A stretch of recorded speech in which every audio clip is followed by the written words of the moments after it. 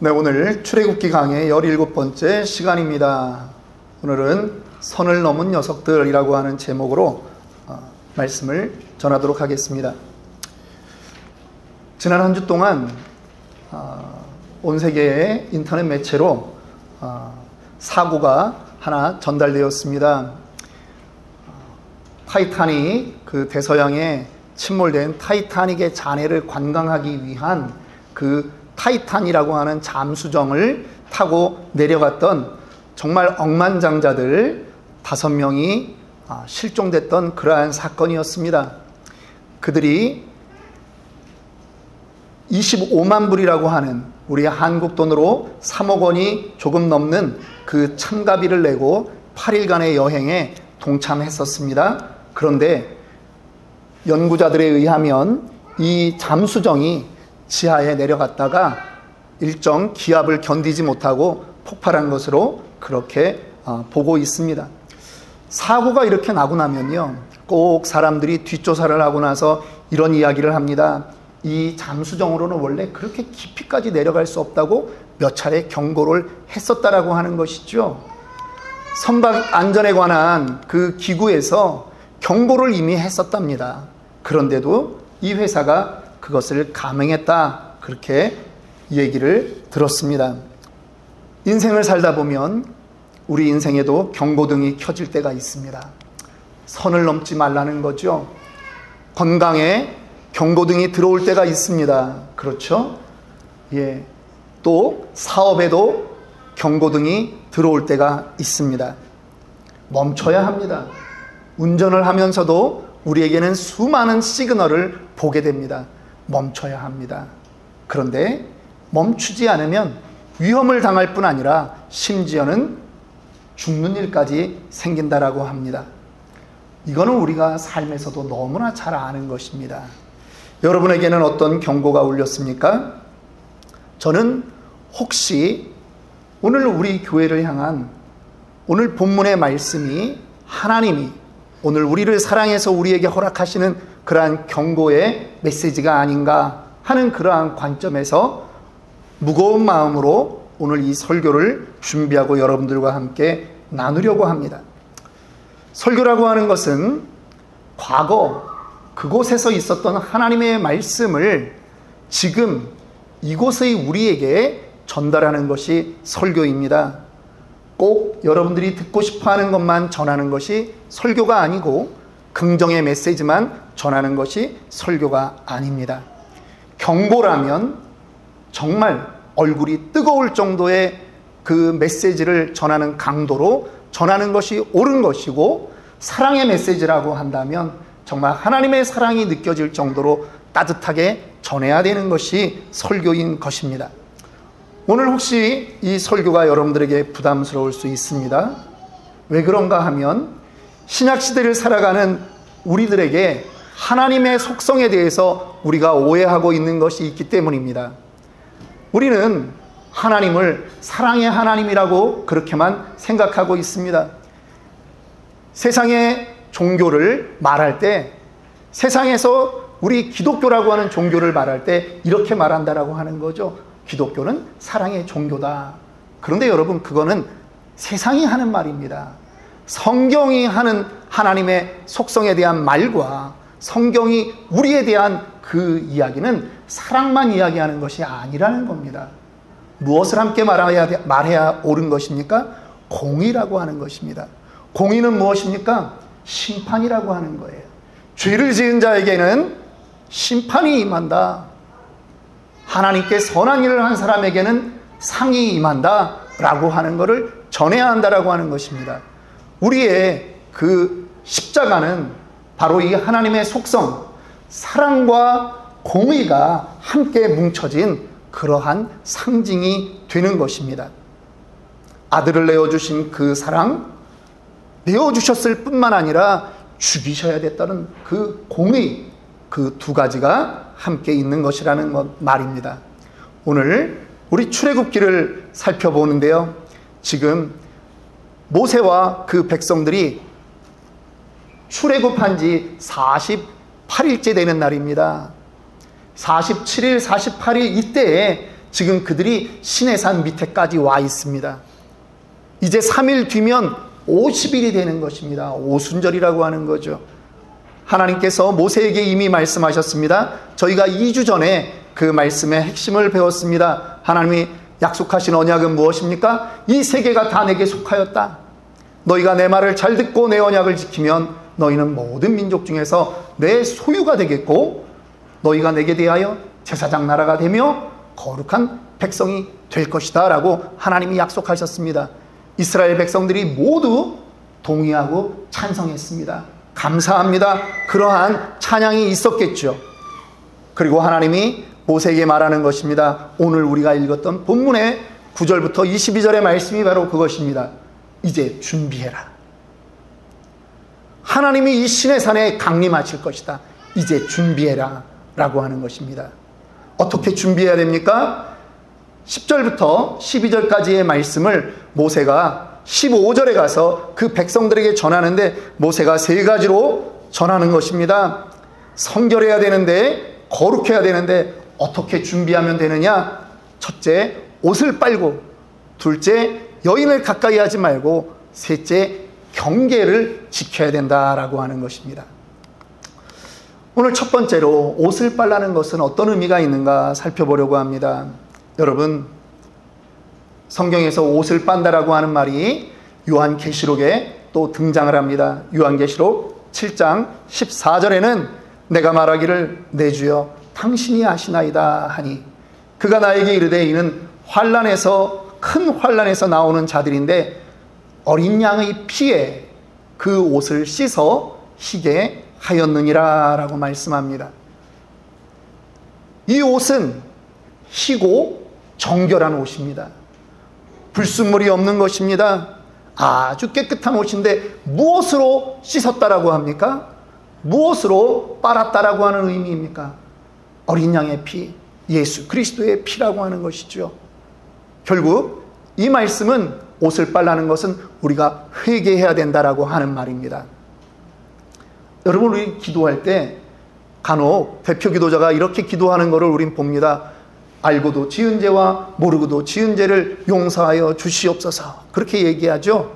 예, 너무나 익숙한 표현인데요. 여러분, 정말 모르고 죄 지을까요? 대부분은요, 아는데도 그냥 넘어가서 죄를 짓게 되는 경우들이 많습니다. 죄의 심각성을 인식하지 못한다라고 하는 얘기죠. 습관처럼 그렇게 죄를 짓습니다. 어떻게 해야 됩니까? 회개해야 됩니다. 예수의 공로를 의지해야 된다라고 하는 것입니다.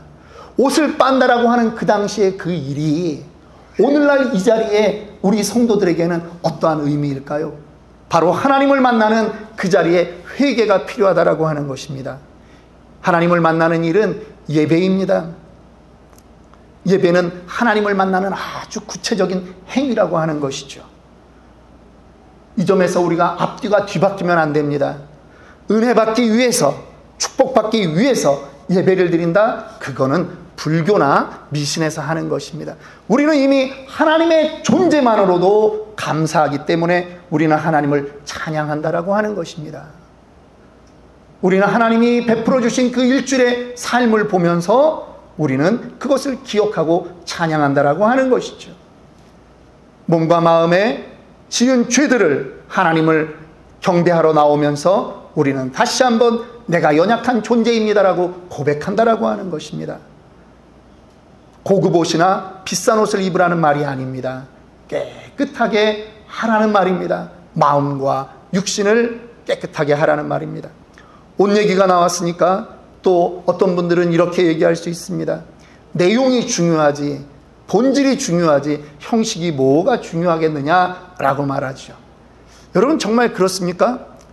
여러분들이 만약에 청년들도 있으니까 상대방에게, 그리고 여러 우리 이미 결혼하신 분들, 프로포즈를 받을 때 그 아름다운 금반지가 됐건 다이아몬드 반지가 됐건 그것을 받을 때 여러분 휴지에 이렇게 감싸가지고 이렇게 주면 여러분 기분이 어떨까요?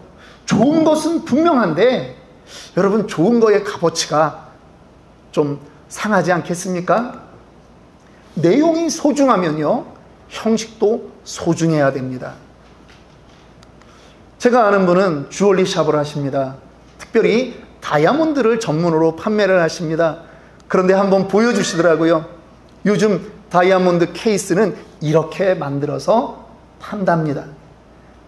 뚜껑을 딱 여는 순간요, 위에서 LED 등이 쫙 비춰주는데 여러분, 보는 제가 너무나 황홀하더라고요. 여러분, 형식 무시하면 안 됩니다. 지금 이스라엘 백성들은 광야에 있습니다. 여러분, 마실 물도 부족한 곳 광야 아닙니까? 물론 그들이 반석에서 물을 내주시는 그 하나님의 은혜를 경험하면서 거기서 가죽 부대에 물들을 담았을 것입니다. 그런데요, 앞으로 가야 될 길이 얼마를 가야 될지 몰라요. 그런데 옷을 빨라고 하는 거예요. 마실 물도 부족한데 하나님께서 그 상황을 몰랐을까요? 그렇지 않습니다. 하나님도 그 상황을 아십니다. 그런데 하나님이 원하는 것은 하나님 앞에 나오는 자는 성결해야 된다라고 하는 것입니다. 여러분들의 평일의 삶이 바쁘고 힘들고 시간 없다라고 하는 것 하나님도 아십니다. 그러나 이 예배의 자리에 나오는 것은 그 누구도 면제될 수 없다라고 하는 것입니다. 하나님 앞에 거룩한 존재로 서야 되는 것은 예외가 없다라고 하는 것이죠.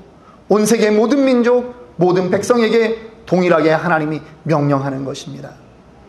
둘째로, 여인을 가까이 하지 말라고 모세가 전합니다. 무슨 뜻일까요? 자신을 통제하라라고 하는 말입니다. 아무렇게나 살다가 예배의 자리에 나오면 안 된다는 것이죠.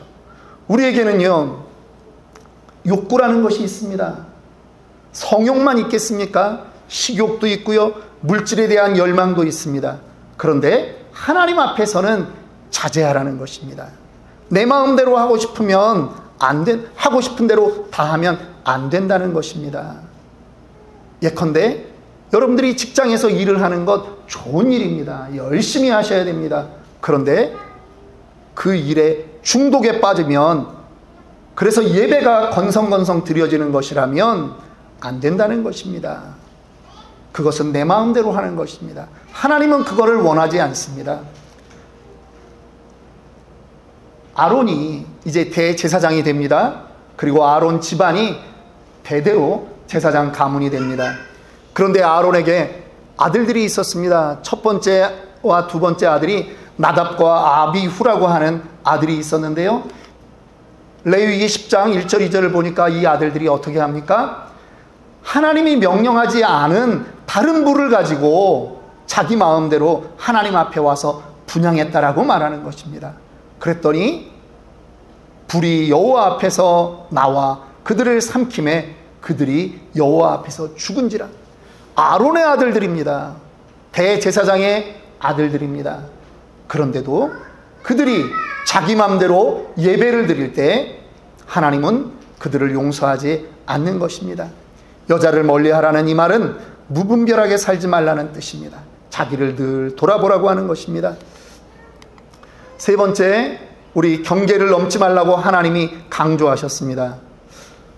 하나님이 이 백성들과 함께하는 이 언약식인데요, 하나님과 백성들과는 거리가 있는 겁니다.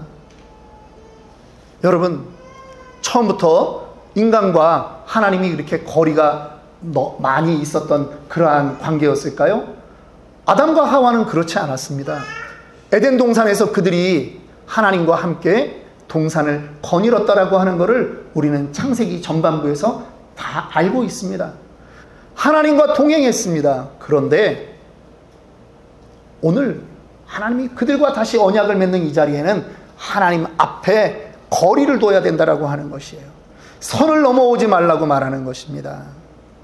왜 그렇습니까? 이사야 59장 1절 2절에 말씀합니다. 우리 한 목소리로 한번 읽어보겠습니다. 여호와의 손이 짧아 구원하지 못하심도 아니요 귀가 둔하여 듣지 못하심도 아니라 오직 너희의 죄악이 너희와 너희 하나님 사이를 갈라놓았고 너희 죄가 그의 얼굴을 가리어서 너희에게서 듣지 않으시게 함이니라. 죄악 때문이라는 것입니다. 죄악이 하나님과 우리 사이를 갈라둔 것입니다. 하나님께서 오늘 본문에 무려 3번이나, 그리고 짐승까지 이 경계를 넘지 못하게 말씀한 것까지 하면 4번 정도를 말씀하셨는데요. 하나님이 왜 그랬을까요? 언약을 하는 그날은, 오순절 그날은 너무나 기쁜 날입니다. 그런데 하나님 앞에서 그 사람의 무례함 때문에 누군가가 그 선을 넘으면 침범하는 순간에 하나님의 노가 발하기 때문입니다. 잔칫날인데 백성이 죽어서야 되겠습니까?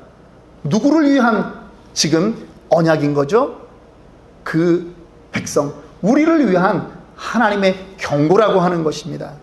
선을 넘으면 안 된다라고 하는 말이죠. 여러분, 하나님의 권위를 인정해야 됩니다. 제가 어렸을 때는요, 전기밥통이 없었습니다. 전기밥통 세대는 아마 그런 장면을 기억하지 못하실 거예요. 저희가 어렸을 때 겨울에 아버지가 늦게 돌아오시면 아랫목에 아버지 그 밥주바를 이렇게 아랫목에 놓고 그거를 저 붉은색 카시미론 담요로 이렇게 쌓아둡니다. 아버지 밥만 그래요. 예. 왜? 그 당시만 해도 북권이라는 게 있었어요. 아버지의 권위를 인정하는 거예요. 예, 물론 요즘도 그냥 따뜻한 전기밥솥에서 아내가 퍼주면 그래도 감지덕지하게 받아야 되겠지만, 여러분, 그 시대는요, 옆집에서 이사 왔다고, 아, 우리 이사떡이에요 하고 떡을 가져와도요, 엄마들이 어떻게 합니까? 아버지 떡을 하나는 남겨놓고 애들이 보채면 그 애들에게 나머지를 주는 거예요. 아버지랑 같이 밥 먹을 때 어떻게 밥을 먹어요? 아버지가 먼저 숟가락을 드셔야지, 국을 한번 또 드셔야지 자식들이 먹는 겁니다. 이것이 아버지의 권위였어요. 가정의 질서였어요. 노아가 홍수 이후에 처음 한 농사는 포도나무 농사입니다. 포도가 잘 자랐습니다. 그런데요, 어느 날 이 포도를 저장했다가 이것이 숙성이 됐나 봐요. 포도주를 마셨습니다.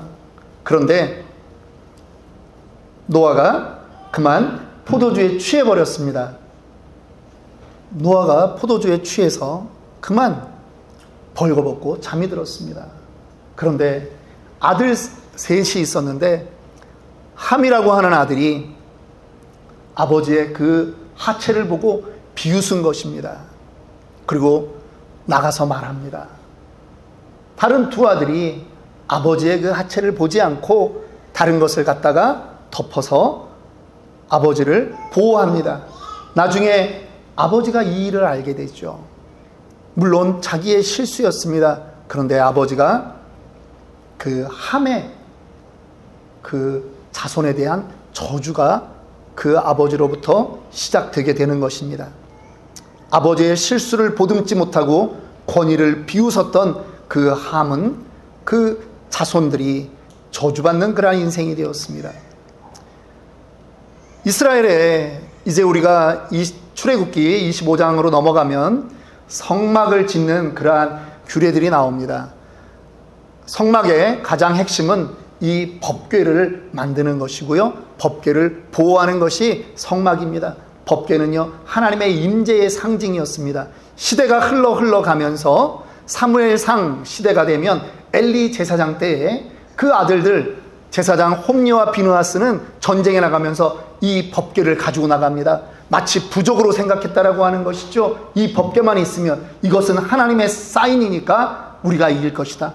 웬걸요? 하나님이 그들과 함께하지 않습니다. 법궤조차 빼앗겨 버립니다. 블레셋 땅에 법궤가 돌아다니는데 가는 곳마다 그 지역에 재앙이 일어납니다. 하나님이 가만 안 두시는 거예요. 나중에는요, 베스메스 땅에서 이제 이스라엘 진영으로 이 법궤를 옮기게 되는 것입니다. 그런데 베스메스 사람들이 이것이 하나님의 임재를 상징하는 법궤임을 알고도 어떻게 합니까? 이 법궤 안에 도대체 무엇이 들었는데 하면서 그들이 그 법궤를 열어보는 것입니다. 그것을 보았던 70명을 하나님께서 그 자리에서 죽여버리십니다. 그들의 마음속에 이 법궤에 대한 존경심이 없었다라고 하는 거예요. 권위에 대한 인정이 없었다는 거예요. 그저 마치 사과개 짝 열어보듯이 그들이 그렇게 했다라고 하는 것입니다. 선을 넘었다라고 하는 것이죠. 선을 정해주신 것은 하나님의 사랑입니다. 우리를 보호하기 위한 것입니다. 혹시 여러분들과 예배는 혹시 선을 넘고 있지 않습니까? 저는 여러분들에게 오늘 참 어려운 말을 해보려고 합니다. 그냥 적어 보았습니다. 저도 여러분들의 얼굴을 보지 않으려고 합니다. 여러분들도 한번 들어봐 주십시오. 우리가 궁금한 것이 있다는 것입니다. 어떻게 하나님을 나의 구원자라고 말하면서도 습관적으로 주일 예배를 빠지는지 그것이 궁금합니다. 어떻게 성경을 하나님의 말씀이라고 하면서 한 주 동안 한 장도 안 읽고 살 수 있는지 그것이 궁금합니다. 어떻게 예배가 하나님을 만나는 것이라고 알면서도 습관적으로 지각을 할 수 있는지 그것이 궁금합니다. 어떻게 기도가 영의 호흡이라고 말하면서 하루 5분도 기도를 안 하고 살 수 있는지 그것이 궁금합니다. 어떻게 죽음에서 구원받았다라고 하면서 다 아는 찬양인데도 주일 찬양을 그렇게 감격 없이 입 다물고 할 수 있는지 그것이 궁금합니다.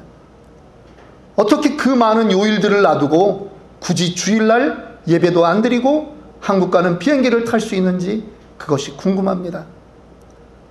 어떻게 하나님이 이 자리에 있다고 말하면서 예배 중에 수시로 핸드폰을 보는지 그것이 궁금합니다. 이것이 저와 여러분들의 그러한 기존까지의 예배의 모습이었다라고 한다면 우리는 선을 넘은 것입니다. 하나님이 보이지 않으니까, 영이시니까 만만하게 생각하는 거죠. 내 기준으로 하는 거죠. 예배를 대충 드리는 거죠. 드렸으니까 되지 않았느냐라고 하는 거죠. 몸만 왔다 갈 뿐인데.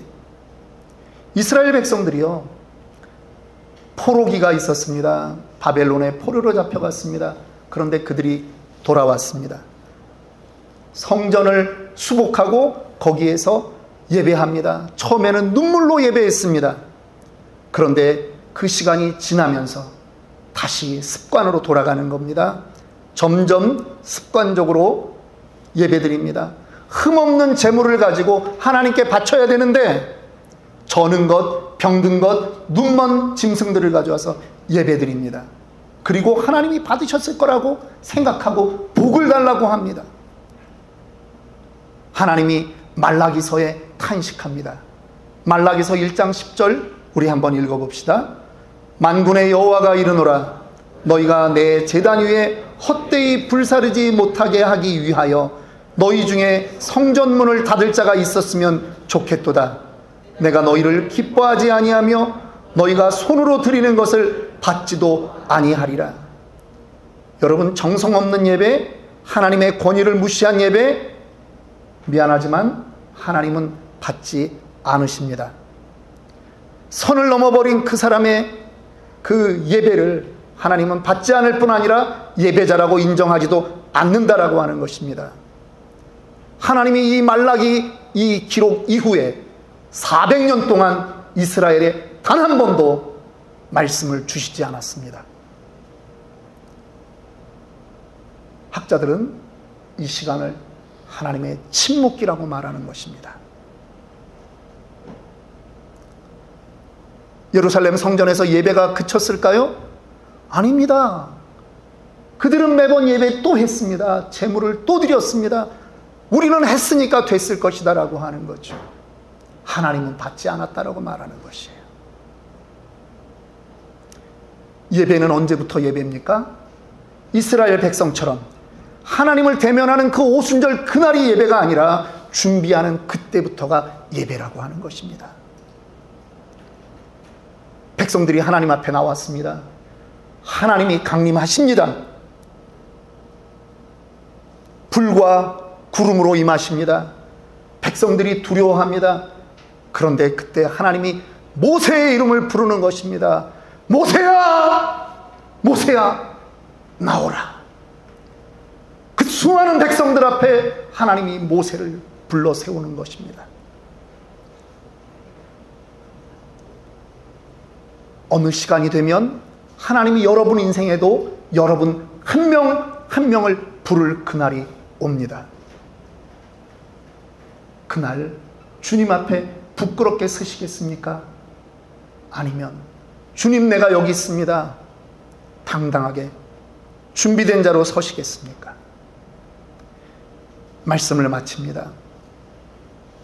우리는 불과 얼마 전에 우리의 인생에서 처음으로 코로나라고 하는 예배를 드리지 못하는 아주 그 전염병의 그 희한한 상황을 경험해 봤습니다. 말라기의 예언이 그대로 임했다라고 모든 목사님들이 말했습니다. 성전 문이 닫혔다라고 하는 것이죠. 예배를 드리고 싶어도 드릴 수가 없었습니다. 성도라면 그 시간에 간절한 그 갈급함이 있었을 것이 사실입니다. 그러면 제가 마지막으로 질문하고 싶은 것은 이것입니다. 지금도 그 간절함이 여러분 안에 있습니까? 코로나가 해제된 지 얼마 되지 않았습니다. 여러분 안에 지금 간절함이 있습니까? 혹시 선을 넘으셨습니까? 회개하십시오. 하나님 사랑, 말씀 사랑, 교회 사랑으로 바른 예배자로 살아가기를 오늘 이 시간 다시 한번 결심하기를 원합니다. 우리는 예배자입니다.